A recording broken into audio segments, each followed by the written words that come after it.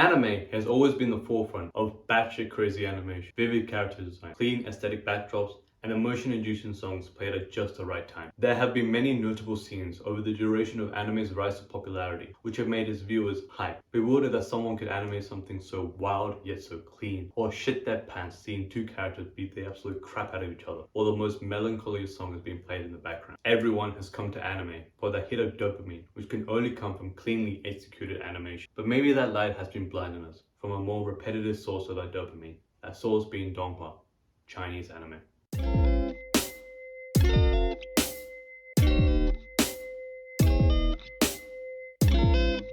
Good animation is what put anime on the map. When an anime has a distinctive style of animation, it becomes memorable. Most notable styles of animation come from action anime, where the fight scenes are the true selling point. Fighting and anime go together like rice and curry. You can never have too much, especially if it's good. Take the Genos vs Saitama fight in season 1 of One Punch Man. When that fight scene came out, it was one of the most hyped fight scenes to ever come out that year or even decade. It also, by some standard and by my opinion, still carries some hefty weight even by today. What really made that fight scene stand out compared to other fight scenes was the wild fighting style of Genos, which was accompanied by the smooth and effortless animation given by director Shingo Natsume under Studio Madhouse, showing that each move was carefully choreographed and really planned out. Probably. It's not just action where good animation occurs. Take Haikyuu for example. When Hinata slaps the absolute shit out of a volleyball, it makes you think, yeah, I could do the exact same thing if I was short, athletic, orange head, and a kid living in Japan. It is in these moments that anime truly shines. It's the moments where you can feel or imagine the weight behind a hit or a punch. But anime doesn't always deliver. Only over the past decade have we seen a rise in anime animation.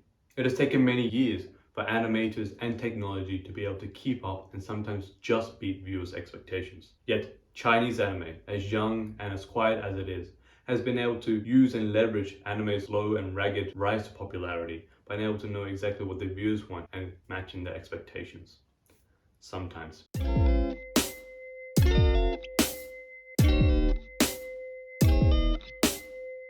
Donghua's first steps into the world of animation started off with the camel stance. Now this is pretty far back in the timeline of Donghua, but there's a reason I touch up on this, and it's because of the Wan brothers. They have been credited as the pioneers of Chinese anime, and have stated and believed that all Donghua should be distinctively Chinese in all aspects. I'm not going to say if it stagnated the growth of Donghua, because I just don't really care, but I will say this, I'm sure it's glad that they stopped it, because I was bored as shit watching some of them.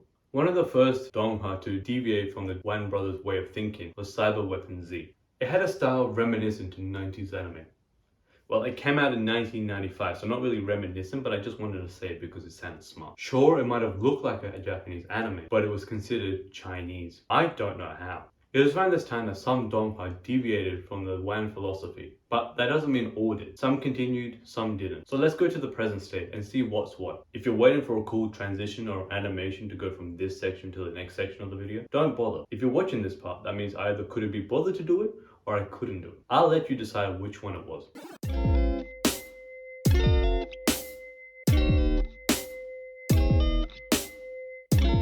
My first text, present and modern Donghua, is the daily life of the immortal king. If you have seen my other videos, if you haven't, I don't blame you. I, for some reason, just have the urge of giving my story and how some medium entered my life and has changed it. So, one day I was scrolling through Netflix, and as one usually does, got extremely sad that I don't watch enough anime. I did what I do best and went to the anime section. What I clicked on reminded me of why and how I got into anime. The reason I was compelled to watch anime every single day, because of the joy, excitement, and absolute happiness that anime gave to me. That's right, this anime was Kotaro Lives Alone, one of the most depressing anime I have seen for quite some time. Because I was extremely depressed watching this, I didn't actually finish watching it. So I went on to recommend it for you section. And there it was, Daily Life of the Immortal King. If you thought I was going to go into a huge tangent again, I tricked you because you're a dumbass. Now, I don't watch Donghua. Actually, scratch that. I don't watch much anime in general. But as to why I watched Daily Life of the Immortal King, because I've actually read the manhwa. You didn't see that one coming, did you? For my overall impressions and review of this manhwa, they can, will be, and are going to be summarized in just 2 words. It's shit. I give at most for all manga, manhwa, whatever it is, 10 chapters before I decide to drop it or continue reading. I gave Daily Life of a Man Who Will Not Die 3. I don't really remember why, but I was really surprised that 1, it was on Netflix, 2, it was a Donghua, 3, that I clicked on it. When watching it for the first time, I thought some Japanese studio had brought the rights to the manhwa to make it into an anime. That idea stuck with me for some time until I decided to turn off the volume. What greeted me wasn't the typical Japanese voice acting, but Mandarin. I don't really know what I felt then, but to me, what I was watching was an anime, but what I was hearing wasn't Japanese. I would not be giving my take on how the Chinese do voice acting, because I don't have the qualifications to give a shit at how people voice characters. As mentioned before, now this is a technique called recalling. You might have learned this if you stayed in school for long enough. What I was watching was an anime. The characters within Donghua were very much like anime characters. The main character, in fact, Wang Ling, looked like a typical anime main character. Only this time he had brown hair and not black. The backgrounds looked like anime Actually, at this point, I must confess something. The animation, in terms of quality, was a bit better than Japanese animation. Sure, the characters looked like anime characters, and sure, the backgrounds looked like anime backgrounds. But the quality definitely wasn't Japanese animation. Each background looked alive. If the background wanted to look happy, it made you feel happy. If the background was to be plain, it looked like a dog taking a shit without caring where or when it was doing it. When a character moved, each expression and movement looked realistic and expressive sometimes. Even the opening was good, and we have to talk about the opening. I usually skip openings. I know, I'm sorry, but I don't give a shit. And I did for Daily Life of Immortal King as well. But when I was watching the anime and watched the fight scenes and how good the animation was, I was like, you know, I might actually just watch the opening. And boy, was I glad I did. From my understanding, an opening kind of shows the quality that has gone into a piece of work. And it also kind of shows what's going to happen throughout this work as well. I've already talked about it before, but take One Punch Man Season 1 opening for example. You can just feel the hype coming from the opening, and that carries through to the anime as well. The opening for One Punch Man Season 1 shows you exactly what you are to expect, as it picks Saitama getting ready to battle huge monsters, running across a body of water like it's solid ground, walking away from absolutely obliterating a foe that stood in his path, showing the power that each punch has. And the music complements these actions beautifully.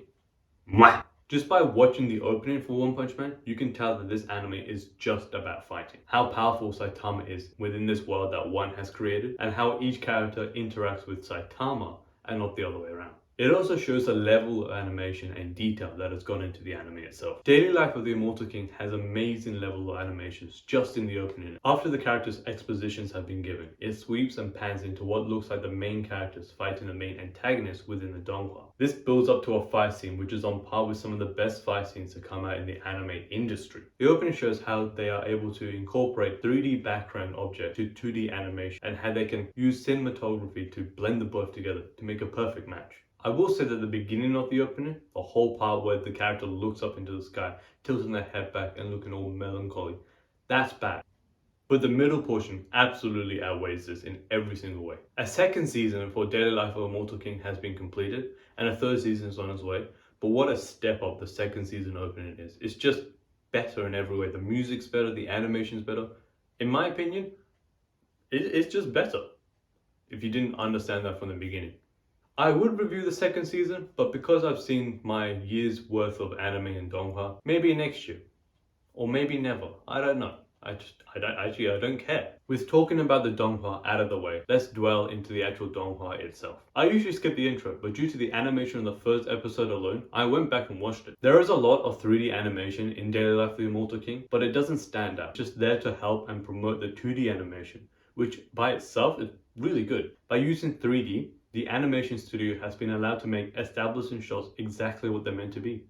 Establishing shots. The 2D is just left to help add presence and detail to a scene, to show the finer details that 3D sometimes fails to do. Some anime are fully 3D, and that's not the problem. It's just that 3D looks a bit janky. I know everyone likes to hate on it, but take Berserk 2016 for an example. I know everyone pretty much hates on Berserk 2016 as it's just fully 3D, but there is some just cause in this mockery. The 3D just looks off in Berserk. But let's not forget that in the same year, Land of the Lustrous came out, and that was unanimously a better anime in general. Actually, it was just even better than most 2D anime. What I'm trying to say is this. When 3D is done well, you can barely notice it. But when it's done poorly, you can really tell. Back to the Donghua. In the first few minutes of the first episode, we are shown the world that the main character, Wang Ling, lives in. The world full of cultivators. Everything in this world has been made easy to use by adapting current technology standards and also the ease and use of cultivation. In this sense, the daily life of the Immortal King still takes its roots back to the Wang philosophy, but changes it to a more modern environment. With the establishing shots and context out of the way, it first hits you with one of the many fight scenes within the Donghua. Like any other day, it is disrupted by a giant frog or toad. I don't know which amphibian it is, but I don't care to find out. As the amphibious creature releases hellfire upon the city like it usually does, we are shown the 2D animation and how it shows how much power the cultivators have within the world that they live in. This is of no avail, as the giant amphibian simply just shrugs it off. We are then transported a few years into the future, to a school of what life will look like when an all-powerful amphibian is defeated by a man with a unique hairstyle. Wan Ling makes his first teenage appearance, looking and acting gloomy, trying not to intervene, interfere, or interact with anyone. But this being a medium about kids, he is unfortunately stopped by a bold teen and the emo edgelord. Within this small kerfuffle, we are introduced to the main heroine. To the heroine, who helps the main character out of the goodness out of her heart, and also side characters A and B. But the only difference between these guys is that they don't die, and are actually useful towards the story. Wan Ling being Wan Ling, thanks the main heroine. Wan Ling being Wan Ling, thanks the main heroine for helping him, and walks away. Here's some food for thought, but I thought this Donghua was a take on the Japanese anime, The Disastrous Life of Psyche K. Like, the main character is a teenager who's all-powerful, trying to live a normal life in a time when the normal isn't normal. There's a perfect girl who's very good looking, who likes the main character just because the main character doesn't feel any love or attraction towards a female. Some side characters who are just there because they have to be there for the plot to move on. Parents who know how powerful the main character is, but don't really care to do anything to help them in any shape, way, or form. And some restraining device to help them keep their power in check while they're off to save the world countless times. I mean, it could be similar, or it might just be crazy. At this point, I have to bring something to your attention. When there's a scene where nothing happens or it's not a fight scene, the animation gets incredibly lazy. This isn't a bad thing, as many popular anime nowadays do the exact same thing, but I wish they could have just changed it, be a bit different somehow. Nothing really happens later on in the first episode other than showing that Wan Ling is very powerful and whatnot, and it kind of just sets the scene for something else that happened to the characters later on in the Donghua. Much of what makes Daily Life of the Immortal King so enjoyable to watch are the fight scenes, and to show them, I have to spoil a few things. Fight scenes are only good when you can feel the power behind a swing, punch, kiss, or a kick does to an opponent. When a character punches another, what indicates the power is not the punch, but the aftermath. Take One Punch Man, for example. The part that I'm going to be talking about is when Genos is fighting the Deep Sea King, but he's been handled like a robotic ragdoll. That's not the important part. The important part is when Saitama comes to fight. All it takes is one punch. Do you get it? It's in the title of the anime. That's all it takes, one punch to defeat Deep Sea King. But what shows his power is not the punch itself, but how the rain, wind, sky, everything clears up after this one punch. How many times can I say one punch before you get bored? One punch, one punch, one punch, one punch. I'm bored myself.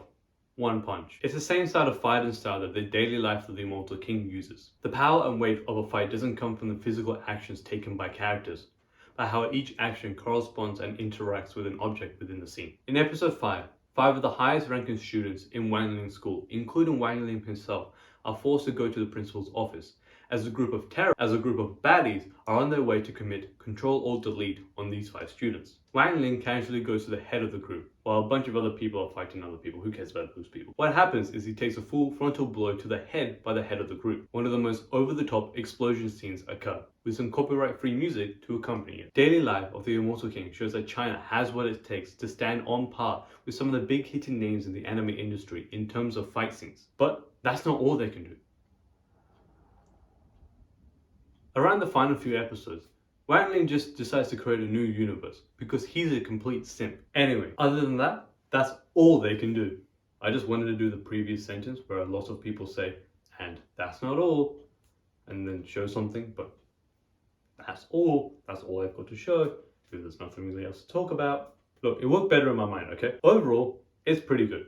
And if the next season comes out on Netflix, I might just watch it. In terms of story, it's subpar, but some parts are just standard. If you don't believe me, you can and will find a manhwa about a cultivator who is strong but doesn't show it, saves the worlds and fights enemies with no real repercussions. If you want to know more about this, please watch this video right now. No, I don't think I will. Okay, that was a long example. The next one won't be that long.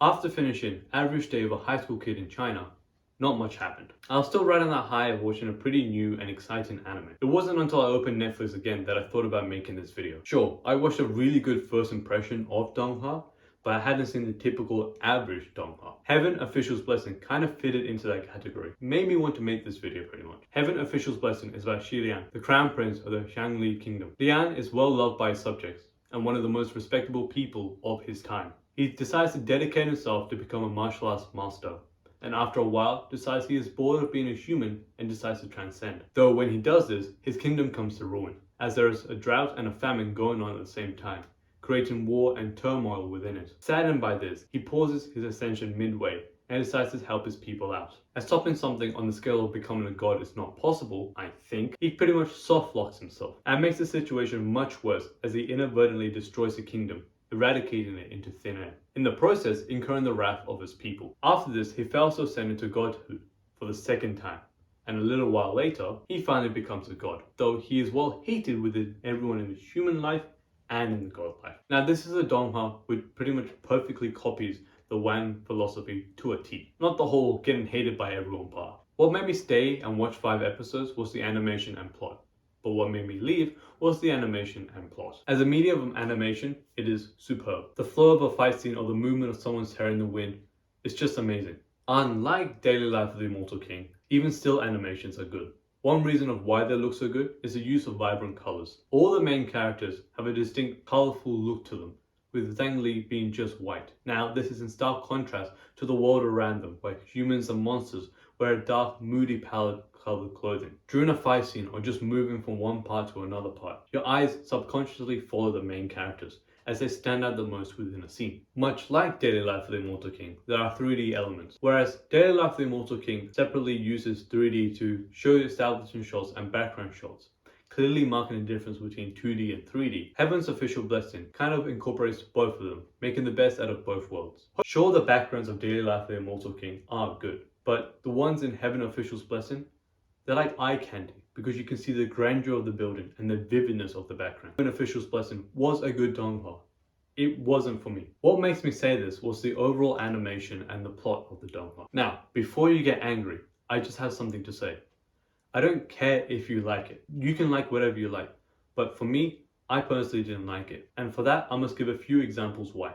I might have not watched past episode 4, but the plot up until that point was meh at best. Throughout the duration of the first 3 episodes of the Donghua, I never let them play out to the fullest, usually fast forward or skipping some parts. Much like many sad weebs, I usually give anime or anything 3 episodes before I decide to see if I want to continue. And as you can tell, I just couldn't continue. I can't tell you why, but my de-evolved monkey brain didn't like the pretty images that I saw in front of it. Like, I couldn't even watch it in autopilot mode. Now, this is to say I have actually watched anime in autopilot mode and I don't remember anything about them, but if I couldn't watch this in autopilot, that means something went wrong. Though the animation was good, it felt bland. What I mean by that is that it felt too repetitive. Sure, it was amazing to look at, but that's about it. Unlike Daily Life of the Immortal King, where everything but the fight scenes was poorly animated, Heaven Official's Blessing kind of had the same level of animation throughout the whole thing. Where Liang is fighting some ghosts, there is no tension to the fight. There doesn't feel like he's gonna lose anything, whether he wins the fight or loses the fight. A fight is supposed to bring tension, even if you know who's gonna win, because that's not the real point. You're trying to feel something. Generally, Heaven Official's Blessing is meh. It's not bad because it can't be bad. The animation is too good for it to be bad, but it's not good either. There is no real plot other than Shang Li being swooned by Shang Cheng. Oh yeah, I'm pretty sure this is an LGBTQ plus Donghua, so if you're missing out on martial arts boy on boy love, this is your one-stop shop. Other than that, there's only one more Donghua that I like to talk about, and it's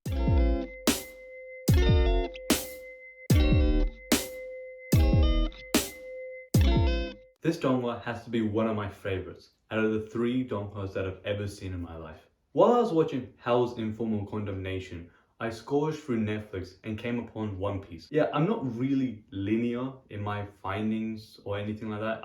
Whatever I see, I kind of just watch it. I didn't watch One Piece because something else caught my eye. I mean, you could probably guess what it was because I've already done this whole spiel before. And You guessed it, it was Blue Period. But next to it was Scissor 7. As I heard many great reviews about Blue Period, I decided to watch Scissor 7 instead. Scissor 7 is about Seven, someone who suffers from amnesia. Well, his name isn't actually Seven. His real name is Killer 7, and along with his boss Bai Bao and his friend Xiao Fei, they're kind of like for hire assassins. Except Seven can't kill anyone, so kind of just becomes assassins without the ass. Assassins. Now the reason why he's such a bad assassin is because he is a bad assassin. And mostly because he doesn't want to kill anyone. Instead, what he does is kind of solves inadvertently the issue behind the assassination. Which in my books isn't a very good work ethic kind of thing, but you know, at least nothing bad should happen. Something bad happens as his life is now in danger. Now, the thing that's trying to kill him is a robot, a Stan robot.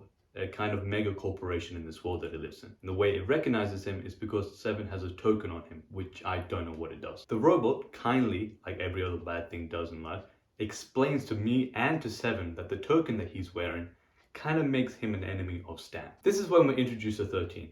A woman Seven immediately falls in love with, who is ranked 38 on the assassin list. By the way, Seven, before he had his amnesia, was rank 1 on the assassin list, but is now ranked 17,000. Now that the main plot is out of the way, let me explain to you why this is the best Donghua that I've watched out of the 3 that I've ever seen. Unlike Daily Life of the Immortal King and Heaven Official's Blessing, Scissor 7 is completely 2D. In other words, hand-drawn. Studio Yshwa is a studio that I've never heard of. Well, that kind of makes sense because I don't really watch Donghua. Even though they're not that well known, they have made absolute bangers like Scissor 7, as I mentioned before, Scissor 7 Season 2, and Scissor 7 Rise of the Indian Man with Curry. One of them is real, the other one is kind of made up by me. With the seriousness out of the way, thankfully, I kind of didn't find anything else that Yshwa Studio has made other than Scissor 7. Aha! Entertainment Studios, not to be confused with Aha! Telugu Indian streaming service, also helped out in the production of making Scissor 7. But much like Studio Yshwa, they've only ever made one IP and then they decided, yeah, alright, let's go to the pub, boys. Unlike some big hit in 2D animation, the animation in Scissor 7 is kind of childlike and playful, if you will. It almost looks like Mob Psycho 100, but different in a sense, because Mob Psycho has this kind of dark feeling and side to it, but Scissor 7 takes itself completely as a joke, that it knows that it itself is just there as a punchline. Though the fight scenes are not as good, I would say, as Daily Life of the Immortal King or Heaven Official's Blessing, there is something that Scissor 7 does much better than both these combined, and that's its comedy. During the first season, as I couldn't be bothered to watch the second season, 7 is a slap in slapstick comedy. Nothing ever goes his way, because whenever he tries to do something, it always results in failure. But what keeps him motivated and keeps him trying to do the same thing again is his almost unhealthy obsession with it. He takes jobs he knows he just cannot complete, and as such, he's pushed into compromising situations and is almost forced to think of a new thing to be able to solve it. Most of these result in a fight scene, and on a scale of 1 to funny, they're at one end of the scale. Fun fact, because I can't really think of anything else to say about Scissor 7. Seven in Scissor 7 was the first cartoon character to be sent to space. In December 7, 2018, Aha! Entertainment did a collaboration with some space agency called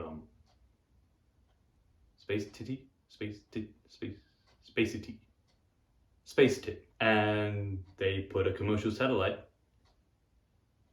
in space. That concludes all the cool information I have about Studio Yshwa and Aha Entertainment, and kind of neatly wraps itself up about the present state of Donghua.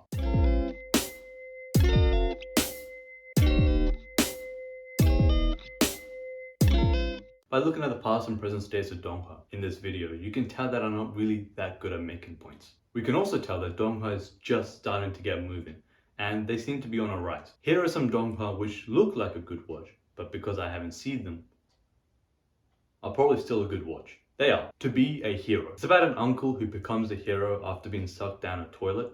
So for me, but without the redemption arc. And the toilet. Hitori no Shita. I haven't seen it, but it looks good. And it has some looking fight scenes, you know. I'll get my ass whooped. The King's Avatar. I read the manhwa and it was pretty decent, meaning I read more than 20 chapters of it before I decided to drop it. A person loses their OP account and has to rebuild it and make a better one, pretty much. So in other words, it's kind of like when someone maxes out their account in RuneScape and decides for fun to just lock themselves up to a certain region of RuneScape, which is known to be really bad and not have anything good for early game, mid game, or late game in terms of gear and bosses and whatnot. And then they decide to also, for the fun of it, decide to lock up their bank so they can only use the stuff inside their their backpack, and with that it's all some stuff and this and that and that. Anyway, what I'm trying to say is, if someone decide to do this such a stupid concept, it wouldn't do good. It'd be really shit. And if they decide to post it on YouTube, no one would watch it. It'd barely get any views. That's all I'm saying. What I'm trying to say is that yes, Donghua is on the rise in the anime community, but it still has a very, very long way to go until it can capture the hearts and the essence of like the typical anime watcher, which is a 14-year-old kid in their basement. With this very short part out of the way, let me conclude this extremely long rant. I mean, it's not like anyone's going to use what I say in this video against me in the future. This video is built like a solid wall. Just a quick service message or something like that. But if you liked some of the Donghua that I presented in this video, or feel like you want to go watch some Donghua, just go watch it. And most of them are on Netflix, so if you have a Netflix account, just go and watch it there. Netflix hit me up with the sponsorship. I'm too small for that, and I honestly think there's a little something for everyone.